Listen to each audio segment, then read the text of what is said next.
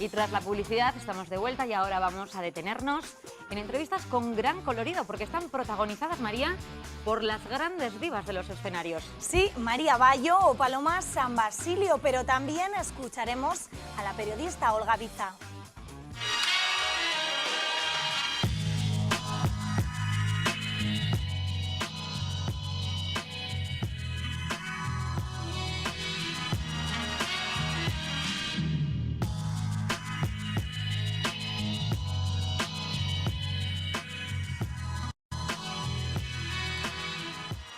¿Qué tal, amigos? ¿Cómo están? Muy buenas noches. Hoy no nos encontramos en el plató de Canal 6, donde realizamos siempre las entrevistas del cara a cara. Hoy habrán reconocido el lugar, un lugar privilegiado para realizar una entrevista como la que les vamos a ofrecer esta noche. Estamos en la sala principal del Auditorio Baluarte. ¿Con quién? Con María Bayo. Muy Hola, buenas noches. Buenas noches. Gracias por estar con nosotros. De nada, encantada. Un lugar, además, imagino que le ha dejado un muy buen sabor de boca después de ofrecer aquí Sí, el Barbero de Sevilla la semana pasada. La verdad que es la primera vez que vengo a hacer una ópera en Pamplona. Hacía muchísimo tiempo que no venía a hacer una ópera. No es la primera vez que he hecho una ópera, porque en el Gayarre, cuando empezaba mi carrera, hice una ópera Don Pasquale, pero hace muchísimos años, pero sí es la primera vez que vengo al Baluarte a hacer una ópera. Siempre había hecho conciertos con la Orquesta Sinfónica de Navarra y conciertos con piano, bueno, en fin, diferentes estilos dentro de la música clásica, pero nunca había hecho una ópera. Me apetecía muchísimo, me lo pidieron y yo creo que ha sido un éxito porque, como bien decías, ha estado lleno. Yo creo que se podían haber hecho un poquito alguna función más, pero está bien que vayamos comenzando poquito a poco. Vamos a ir viendo imágenes durante la entrevista de su papel como Rosina. ¿Qué tal le cae Rosina? A mí me cae fenomenal. Sí. A mí me cae muy bien porque creo que es una de las primeras mujeres que se emanciparon, ¿no? Como la Carmen, que dijeron no a los hombres y se propusieron ser ellas mismas. Yo creo que es un personaje que proclama su independencia y a mí me encanta, me parece un personaje muy inteligente. Me parece un personaje que manipula, pero de una forma inteligente, la situación, junto con Fígaro, ¿no? Y me parece, bueno, pues una de las primeras mujeres emancipadas dentro de la ópera. ¿Cuál es el personaje con el que se ha sentido más a gusto a lo largo de toda su trayectoria? Hoy hay muchos porque la verdad es que me suelen preguntar cuál es su personaje preferido. Yo siempre decía que uno de los personajes que más además me han dado triunfos, ¿no?, por todo el mundo, ha sido Las bodas de Fígaro, la Susanna, donde me conocieron en mis primeros pasos por la ópera, pero también este ha sido uno de los papeles que más he hecho dentro de mi carrera. ¿Ha usted a emocionar alguna vez en el escenario? Sí, ¿Tanto como para llegar a que se le empapen los ojos? Bueno, a llegar siempre tienes que tener un dominio, por eso también trabajas a todos los niveles, ¿no? Tenemos que tener un dominio de lo que es el director, de lo que es la dirección de escena, de lo que son con los compañeros, pero sí llega momentos en que ciertos fragmentos te llegan a emocionar, no hasta el punto de que no puedes cantar, porque tienes que tener un dominio, más te cae quizás eso al final de la obra, ¿no? Yo recuerdo una anécdota muy trágica para mí, porque fue con la muerte de mi madre, que yo estaba en Los Ángeles haciendo bodas de Fígaro, y vine para el funeral y me tuve que ir, o sea, fue un viaje tremendo, porque venía para el funeral, me tenía que marchar para hacer la primera función en Los Ángeles, y al final del espectáculo me caí porque, bueno, aparte de lo que es el personaje de la Susanna, pues había toda esa emotividad, esa emoción de ese funeral de mi madre, ¿no? Pero quizás eso la gente no ve que somos a veces humanos y que ocurren esas cosas y que sin embargo tienes que estar ahí en el escenario, ¿no? Con Peleas y Melisande también, con Peleas y Melisande he llegado a emocionarme mucho. Al final, cuando llevas todo ese peso del personaje, cuando ya has cantado la obra y tienes toda esa emoción metida dentro, llega un momento en que te derrumbas, ¿no? Y sí, también me emocioné mucho en el primer ensayo general con la Nedda. ¿Ah, sí? Porque bueno, era un personaje que no había hecho nunca, y fue tal la emoción del público y como digo, la carga emocional también del personaje, que caí un poco, ¿no? Yo no había estado nunca en un lugar como en el que nos encontramos hoy y me he fijado que se llega a ver y muy bien las caras, sobre todo de las primeras filas. Sí, yo veo todo. Y uno se puede concentrar porque, claro, habrá gente, lo mismo, que esté emocionada o gente que quizás hasta pueda estar aburrida, porque me Sí, imagino que se sí, habrá sí. encontrado de todo. Sí, sí. ¿Y se llega uno a veces a desconcentrar o también hay que tenerlo todo bien atado y que nada del entorno le perturbe la concentración? A mí al principio de mi carrera me costaba porque tengo una vista estupenda De lince. y veía muy bien lo que pasaba, sobre todo menos en la ópera, porque estás mucho más relacionada con la escena, estás mucho más comprometida con el director, en fin, tienes menos tiempo para fijarte. Pero con el lead, por ejemplo, lo que es concierto, piano, canto, te llegas a veces sí, te llega un poco a ver, como estás muy cerca y es muy cercano, además es muy inmediato lo que es el lead, a veces te llega a perturbar un poco, sí. Muy buenas noches. Su rostro fue muy familiar durante una década a las 3 de la tarde. Cada día nos contaba las noticias de esa jornada de forma muy especial. Algo tenía esa chica catalana que nos había hecho vibrar en las Olimpiadas de Barcelona 92, hasta que un día se fue a Antena 3 a dirigir un informativo. Nada fácil, por otra parte, pero apasionante. Olga Biza, muy buenas noches. Hola, Roberto. Gracias por estar con nosotros. Encantada. Encantada. Vaya salto te ¿Lo tocó cuento dar. o no lo cuento? Venga, cuéntalo. De entrada. Fue becario mío. Me encanta. Me encanta. Que no es una sorpresa. Es una sorpresa tantos años después. Y no te reconocía, claro, con corbata y traje. ¿Cómo te iba a reconocer? Pues eso, las vueltas que da la vida, ¿no? Las vueltas que da Tengo la mucha vida. información. Tu pregunta. Atrévete. Hombre, tenemos más cosas en común. La ¿Cuál? información, ¿no? Ah, bueno, esa es sagrada. Esa pasión por la información. Esa es sagrada, esa es sagrada. Ha sido tu vida durante, bueno, toda tu trayectoria profesional, ¿no? Es que la información puede ser de tantas cosas. Yo empecé hace 32 años, cuando aún estaba en la facultad y hacer información deportiva. Y luego fue, efectivamente, después de los Juegos del 92, cuando me fui a hacer información general. Sí, o sea, llevo, vamos, información deportiva en 3 etapas y mucho tiempo en la información general también. Y de toda esa trayectoria, ¿qué momento, o qué momentos, porque al final en tantos años dedicado al día a día y viviendo tantos hechos históricos, qué momento te ha dejado esta carrera periodística que si no la hubieras ejercido no habrías tenido la oportunidad de haberlo vivido en primera persona? Todos. Si no hubiera ejercido esta profesión, todo lo que he vivido informando no lo hubiera percibido con la misma... primero ni con la cercanía, ni luego con... bueno, con la oportunidad de estar ahí, ¿no? Tú sabes que esta profesión lo que te permite es colmar los deseos de curiosidad que tenemos algunos, ¿no? Y conocer a gente notable, conocida o no conocida. Momentos desde los más grandes, y ahí me referiré toda mi vida a los Juegos Olímpicos de Barcelona, porque lo viví no solo con pasión profesional, sino con implicación personal. Yo soy una barcelonesa que ejerce y estaba extraordinariamente orgullosa de aquello. Pero después ha habido muchos más. Hombre, el 11S yo no lo olvidaré en mi vida. Yo no olvidaré en mi vida el estar subiendo a un avión para irme a Asturias, al jurado del Príncipe de Asturias, que me dijeran, bájate, te vas a Nueva York. Y llegar allí. Tantos. Y momentos mucho más anónimos.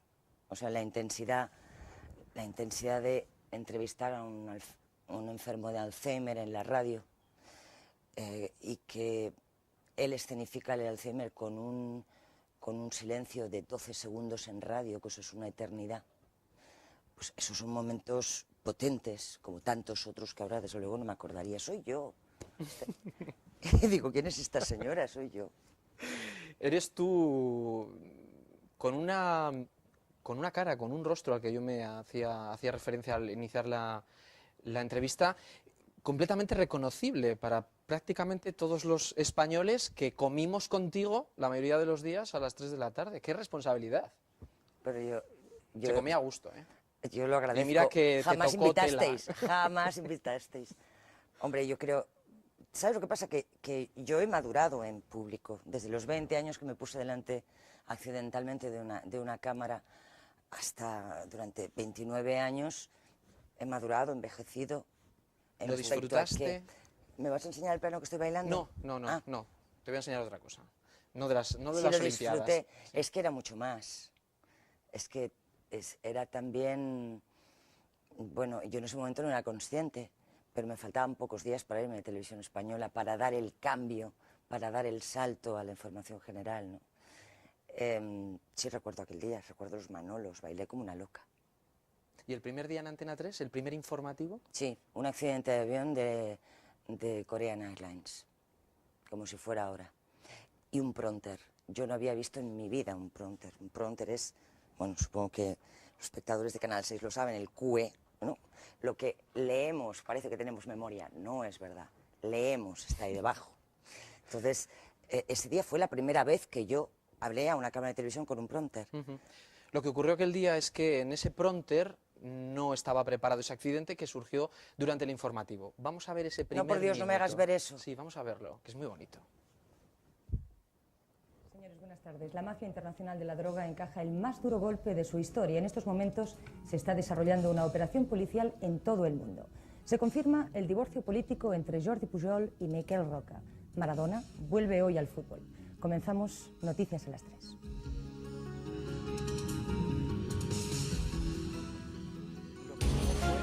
La marca Noticias a las 3, porque convertisteis esa marca, ese informativo. Sí, sí. Y recuerdo que ahí, lo digo de soslayo sin darme cuenta, pero durante todos los años yo decía titulares y comenzamos. Y se convirtió en una muletilla para mí. En realidad era el aviso que le daba al realizador, ¿no? Para que lanzara los titulares. Sí, y la marca era efectivamente Noticias 3. Sí. Pero en psicología me da la sensación de que habría triunfado igual que ha triunfado en el mundo de la música y en el del espectáculo, que es en el que se mueve como pez en el agua, para que nos vamos a engañar, o como paloma libre, que ha sido siempre nuestra paloma. ¿Difícil de averiguar de quién hablamos o no? Paloma San Basilio, muy buenas noches. Muy buenas noches. Gracias por estar con nosotros. Nada, un placer, te lo debía, ¿eh? Y aquí estoy. Muchas gracias. ¿Como paloma o como pez en el agua? Pues mira, yo soy un signo de agua y tengo mucho de paloma porque me gusta volar, pero tengo una pasión excesiva, yo diría, por el medio marino y yo creo que en alguna reencarnación anterior he sido pez. Lo tengo clarísimo, o sea que las dos cosas me van muy bien. Las dos cosas. ¿Y lo de psicóloga, estás de acuerdo que podrías haber sido también con toda la vida y con toda la experiencia de vida que tienes? Hay que también ser un poco psicólogo para afrontar, depende de qué situación. Yo creo que para todo. Yo creo que la psicología, la gente lo que pasa es que piensa que la psicología, como la filosofía, es algo ajeno, ¿no? Algo que está ahí en un libro lleno de polvo, no sé qué. No, la psicología en el fondo es el estudio del alma, algo tan sencillo como eso. Y entonces, ¿quién no tiene alma, entre comillas, de cualquier manera le puedes llamar? Es un poco conócete a ti mismo. Aquella cosa que tenía el oráculo de Delfos que decía conócete a ti mismo, pues esa es la psicología. Entonces yo creo que es tan buena aplicártela en tu trabajo como cantante como cualquier tipo de profesión que tengas, como para no hacer nada también hay que hacer un autoexamen y un trabajo hacia el interior, ¿no?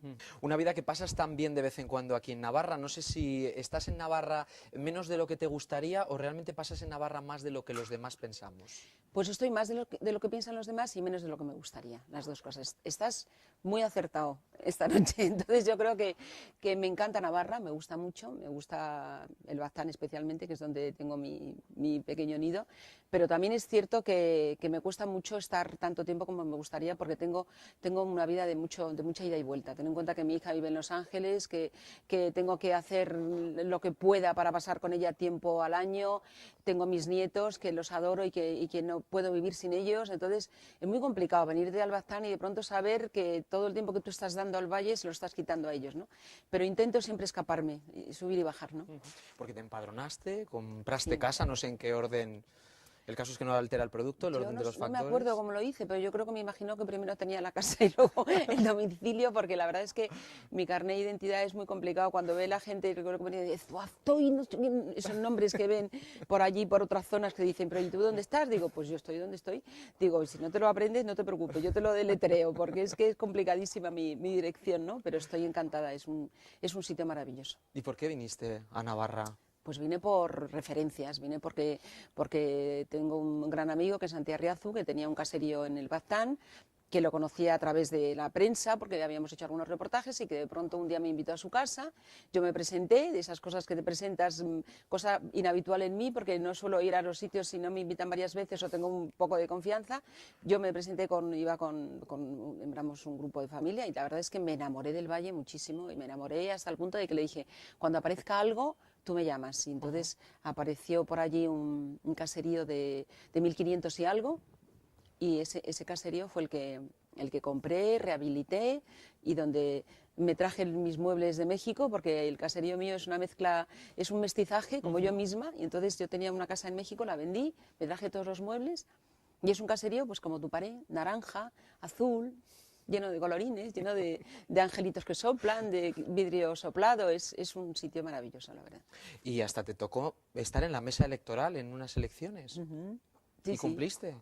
Totalmente, porque no tenía ninguna excusa para venir, no tuve más remedio, pero la verdad es que te digo sinceramente que estar ahí en esa mesa, eso es un chollo para cualquiera, porque es una escuelita en Azpilcueta, viendo el valle, un día precioso, viendo todo el valle, allí estamos 3 en guerrilla sentados, charlando de nuestras cosas, me dieron pues como 5.000 pesetas, que es la traducción, pero yo sigo hablando de pesetas, para comer, me fui a Galarza, me hice una comida maravillosa y volví a la mesa, o sea, ¿se puede pedir más? Y además eran 200 los que venían, con lo cual tampoco había mucho trabajo. O sea que la verdad es que fue un día muy agradable, lo pasé muy bien. O sea, en plan amigos y todo. Sí, sí, sí. ¿Y a Pamplona vienes mucho? Pues vengo menos, porque posiblemente una de las cosas que yo intento hacer cuando vengo siempre al valle es huir de la ciudad. Yo vivo en Madrid, a pesar de que vivo en las afueras, yo no soy muy urbanita, soy un poco salvaje, me gusta el campo, me gusta el monte, o sea, me gustan esas caminatas por el monte, con piedras, con barro, con el agua que hay que saltar, que no sé qué, que el tronco, ese es el mundo que me gusta. Entonces, Pamplona es una ciudad preciosa, a la que vengo, pues sí, por ejemplo, ahora pues eso, el día 15 de mayo, que vengo al Baluarte, pues entonces ya vengo y la disfruto y me paseo, pero vengo en escapadas puntuales. Además, contigo pasa una cosa curiosa, porque desde tu casa se ve el Valle de Baztán por una parte, pero también se ve las playas de Cádiz por el otro. ¿Cómo lo haces? ¿Cómo es posible? Es porque se dobla el mapa, porque hago así de pronto, ¿entiendes? Como la brujita, hago así con la nariz, y hago y de pronto aparece el Atlántico y luego está el Cantábrico arriba. Porque son 2 sitios que me tiran mucho. Yo me crié en Sevilla, pero tengo una ascendencia importante del norte, de Asturias. Después de Sevilla, pues conocimos Cádiz. Después descubrí las playas de Cádiz, esas playas con África enfrente y el océano fuerte, vivo, fresco, limpio. Y entonces, pues son 2 sitios que me tiran mucho. La verdad es que la paloma tira al monte y al mar. La verdad es que son mis 2 puntos de referencia complementarios. Yo te diría que no son antagónicos, porque tienen algo importante, que es naturaleza, que es armonía, belleza, humedad, agua. Y yo creo que no se puede pedir más. Y luego, pues eso sí, lógicamente cambia, pues la casa, el caserío navarro, pues tiene esa entidad de piedra del Baztán, esa rotundidez de esas ventanas, que parece que aunque venga el terremoto no te va a pasar nada. Y en cambio allí abajo estoy toda cristalada y el día menos pensado va a entrar el mar con la que está cayendo ahora y yo voy a aparecer pues flotando por allí, por el océano, ¿no? Eso se traduce también en los ciudadanos, en las formas de vida del norte y el sur de este país. ¿Somos tan fríos en el norte como dicen? No, Yo creo que es distinto, es distinto. En el norte se vive más de puertas adentro y en el sur de puertas afuera. En el sur está todo el día en la calle todo el mundo y entonces allí el rey es el barcito de las tapas que tiene mesitas. Por ejemplo, en verano es que todo se convierte en una mesita para que todo el mundo tome cosas, ¿no? Y la gente charla mucho y habla mucho y se ríe mucho y tiene mucho sentido del humor. Y en el norte es distinto, la gente es distinta, la gente te abre su casa y sabes que siempre tienes un sitio ahí. Y sabes que siempre, o sea, no tienes que llamar a las puertas. Eso, por ejemplo, en el Valle Nuestro no llamas a las puertas. Entras directamente y dices, ¿hay alguien? ¿Se puede pasar? Ya estás dentro. Y ahí sabes que tienes siempre una gente que no te pregunta nada, que no te pide nada, pero que te da todo lo que tiene. Y eso es maravilloso.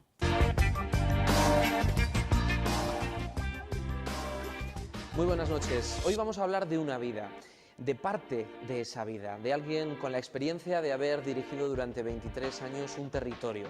Para algunos hoy sigue siendo un país, para otros sigue siendo una comunidad y para otros sencillamente es Cataluña.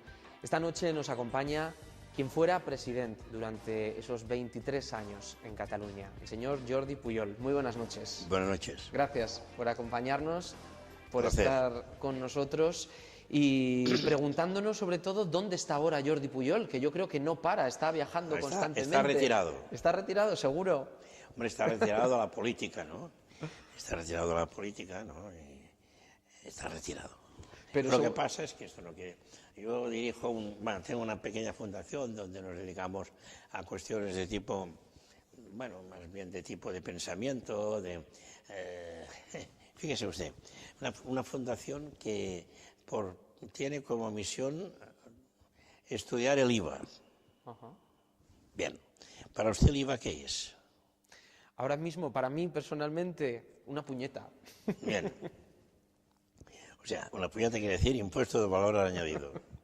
No, en nuestro caso, IVA quiere decir, la I quiere decir ideas, la V quiere decir valores y la A quiere decir actitudes. ¿Por qué? Un país, una persona, un grupo humano, lo que sea, ¿no?, que no tenga ideas claras sobre lo que es, sobre lo que aspira a ser, sobre lo que uno puede ser, etcétera, no tenga ideas claras, ¿no?, pues no saldrá adelante, ¿no? Un país que no tenga valores, que quiere decir convicciones, y que además quiere decir, por lo tanto, convicciones, valores, capacidad de asumir compromisos. No se asumen compromisos si no se cree en algo. Pues tampoco no saldrá adelante, ¿no? Y un país que no tenga actitudes positivas, actitudes constructivas, de sumar más que de restar, de autoestima, de una ambición bien, naturalmente, una ambición bien dirigida, pues tampoco. Entonces, cuando yo terminé de mi vida política, pues me he dedicado a algunas cosas de este tipo. Bueno, pues a seguir cómo evoluciona Cataluña, cómo evoluciona España, cómo evoluciona el mundo, Europa.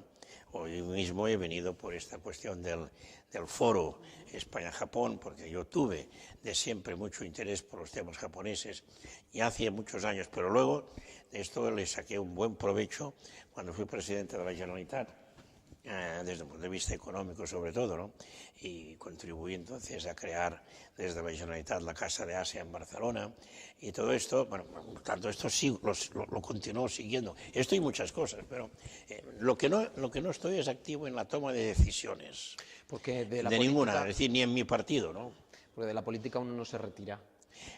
Bueno, sí, se retira por lo menos de la toma de decisiones.